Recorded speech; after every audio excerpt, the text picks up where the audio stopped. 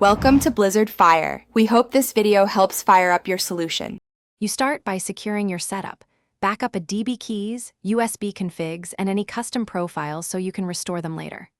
Once done, open Settings, go to System, and tap Developer Options. Make sure the menu is present. You should also scan and note active toggles, mock location apps, and logging levels. This helps later verification. Do this now so you won't lose important config details when we perform the reset. Now reset the options. Toggle developer options off to disable active services and UI toggles, then go deeper, open apps, enable show system, find the settings app, and clear its storage to drop persisted developer flags.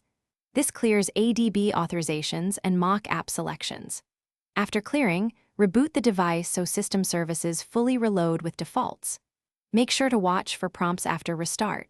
They confirm which setting. Finally, verify the reset. Enable developer options briefly and check that toggles are at defaults. USB debugging prompts for new authorizations, and mock location is unset. If ADB won't connect, reauthorize your computer when prompted or reinstall USB drivers. This fixes most connection problems. If settings remain inconsistent, restore your backed up configs, or, as a last resort, perform a factory reset. Remember, you reset to remove problematic flags. Restore selectively to avoid reintroducing issues. Thanks for watching. If you found this helpful, don't forget to like and subscribe.